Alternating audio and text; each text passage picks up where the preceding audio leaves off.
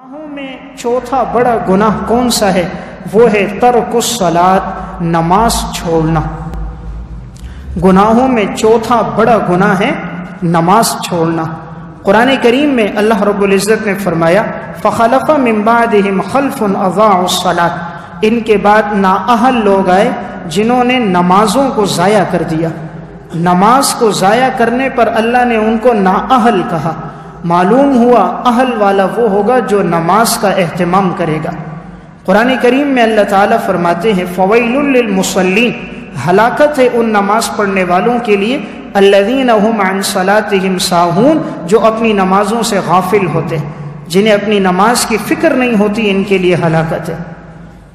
قرآن کریم میں اللہ رب العزت فرماتے ہیں کہ جب جہنمیوں کو جہنم میں داخل کیا جائے گا تو ما سلککم فی سقر، وہ کہیں گے ہمیں جہنم میں کیوں داخل کیا گیا؟ تو کہا جائے گا قالوا لم نک من المصلین ولم نک نطعم المسکین وکنا نخوض مع الخائضین، کیا ہم نہیں تھے نماز پڑھنے والے، ہم نہیں تھے مسکین کو کھانا کھلانے والے، اور ہم نہیں تھے مشغول ہونے والے باتوں کے ساتھ، وَكُنَّا نُكَذِّبُ بِيَوْمِ الدِّينِ، اور ہم قیامت کے دن کو جھٹلاتے تھے۔ یعنی جہنم میں داخل ہونے کی وجہ کیا ہوگی کہ وہ نماز کا اہتمام نہیں کرتے تھے، مسکین کو کھانا نہیں کھلاتے تھے۔ رسول اللہ صلی اللہ علیہ وسلم نے بڑے سخت الفاظ میں وعید بیان فرمائی کہ جو شخص نماز نہیں پڑھتا، آپ نے فرمایا من ترک الصلاة متعمدا فقد برئت منہ ذمۃ اللہ، جس نے نماز جان بوجھ کے چھوڑی وہ اللہ کی ذمہ داری سے، اللہ کے عہد و پیمان سے وہ شخص نکل گیا۔ جس نے نماز چھوڑی وہ اللہ کے عہد و پیمان سے، اللہ کی حفاظت سے اور اللہ تعالیٰ کی مدد سے وہ شخص نکل گیا جس نے نماز چھوڑ دی۔ رسول اللہ صلی اللہ علیہ وسلم نے ارشاد فرمایا من حافظ علیہا کانت لہ نورا و برہانا و نجاتا یوم القیامہ، جو شخص نماز کا اہتمام کرے گا قیامت کے دن یہ نماز اس کے لیے نور ہوگی، روشنی۔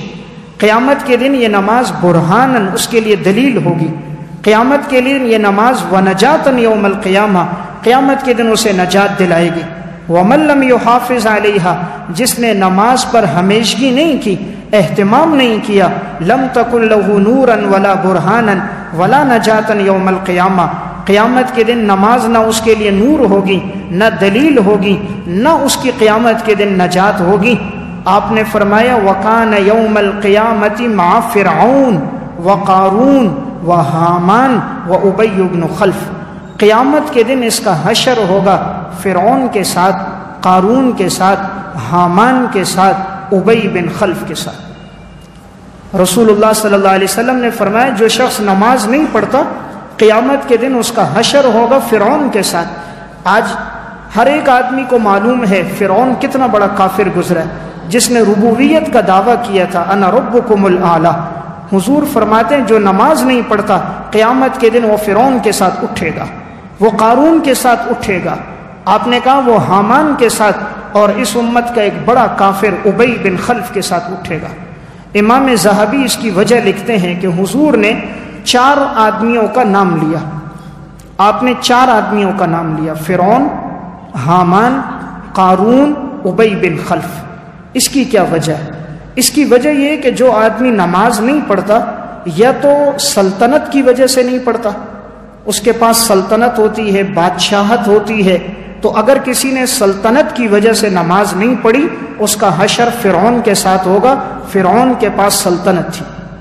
نماز نہ پڑھنے کی دوسری وجہ یہ ہوتی ہے کہ انسان کے پاس عہدہ ہوتا ہے، وزارت کا عہدہ ہے، گورنر ہے، دنیا کے دیگر عہدے ہیں، وہ یہ سمجھتا ہے میں وضو کروں، مسجد جاؤں، یہ تو میری بےزتی ہے، مسجد جاؤں، لوگوں کے ساتھ صف میں کھڑا ہو جاؤں۔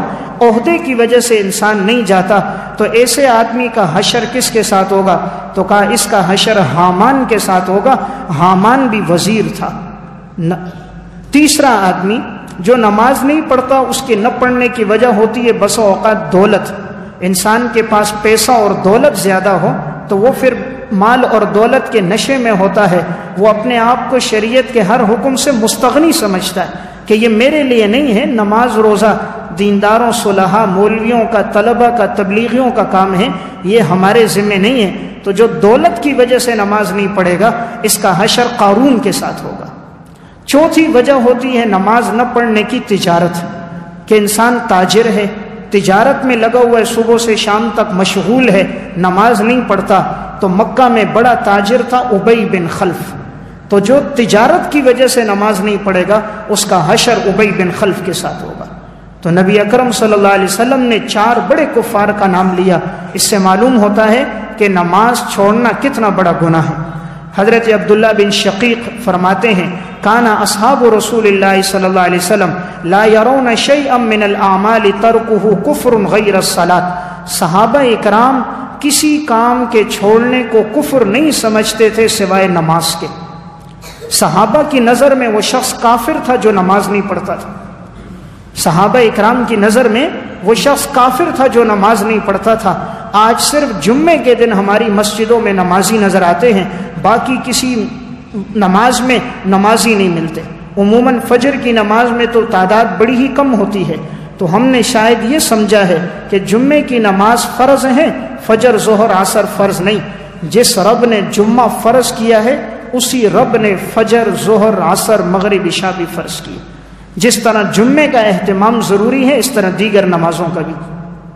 حضرت ابراہیم نخعی رحمۃ اللہ علیہ فرماتے ہیں من ترک الصلاۃ فقد کفر، جس نے نماز چھوڑ دی یقیناً وہ شخص تو کافر ہو گیا۔ فقہاء کرام میں 3 بڑے فقہا گزرے ہیں، امام مالک، امام شافعی، امام احمد۔ یہ تینوں بڑے فقہا فرماتے ہیں جو شخص نماز چھوڑ دے کہتے ہیں اس کو تلوار سے قتل کر دو۔ فقال مالک والشافعی واحمد رحمہم اللہ تارک الصلاۃ یقتل ضربا بالسیف فی رقبتہ، جو نماز چھوڑ دے گا اس کو قتل کیا جائے گا۔ ایک نماز کے چھوڑنے پر ہم نے تو زندگی کی کتنی نمازیں چھوڑ دی۔ بلوغت کے بعد آج ہم سوچے، گریبان میں جھانکے کتنی نمازیں ہم سے چھوٹی ہیں۔ یہ امت کے سب سے محتاط لوگ، امت کے بڑے بڑے فقہا فرما رہے جو نماز چھوڑے گا اس کی سزا یہ ہے کہ اسے قتل کیا جائے گا۔ نبی اکرم صلی اللہ علیہ وسلم کیا فرماتے ہیں؟ آپ نے فرمایا بین الرجل و بین الکفر ترک الصلاۃ، انسان کے اور کفر کے درمیان فرق کیا ہے؟ نماز کا چھوڑ دینا، یعنی نماز کے چھوڑنے سے آدمی کفر میں داخل ہو جاتا ہے۔ آج تو شادی میں جانا ہے نمازیں چھوڑ دیتے ہیں، 3 نمازیں رہ جاتی ہیں، جی حال میں جا رہا ہے۔ آج سفر میں جا رہا ہے نمازیں چھوٹ جاتی ہیں، خوشی کا موقع ہے نمازیں رہ جاتی ہیں۔ نماز کی فکر ہی کوئی نہیں، ہر چیز کی فکر ہے، رب کے حکم کی فکر نہیں۔ نبی اکرم صلی اللہ علیہ وسلم نے فرمایا العہد الذی بیننا وبینہم الصلاۃ، ہمارے اور تمہارے درمیان میں عہد نماز ہے۔ فمن ترکھا فقد کفر، جس نے نماز چھوڑ دی اس نے تو کفر کیا ہے۔ الکبائر کے اندر 2 واقعات موجود ہیں کہ جنہوں نے نماز چھوڑی ہے ان کے لیے کیا سزا ہے اور نماز چھوڑنا کتنا بڑا گناہ ہے۔ ایک واقعہ انہوں نے نقل کیا کہ ایک شخص نے کی بہن کا انتقال ہوا، اپنی بہن کی تدفین کی، اس دوران کچھ ضروری سامان قبر میں رہ گیا۔ گھر آئے تو پتہ چلا تدفین کے دوران بڑا قیمتی سامان قبر میں رہ گیا۔ ایک عالم سے مشورہ کیا، انہوں نے کہا اگر بہت قیمتی ہے تو ایک جانب سے قبر کھول کے سامان نکال دو۔ اب یہ کہتے ہیں میں اپنی بہن کی قبر پر گیا اور ایک جانب سے قبر کھولی، جیسے ہی اندر نظر ڈالی کیا دیکھا کہ قبر آگ کے شعلوں سے بھری ہوئی ہے اور بہن عذاب میں مبتلا۔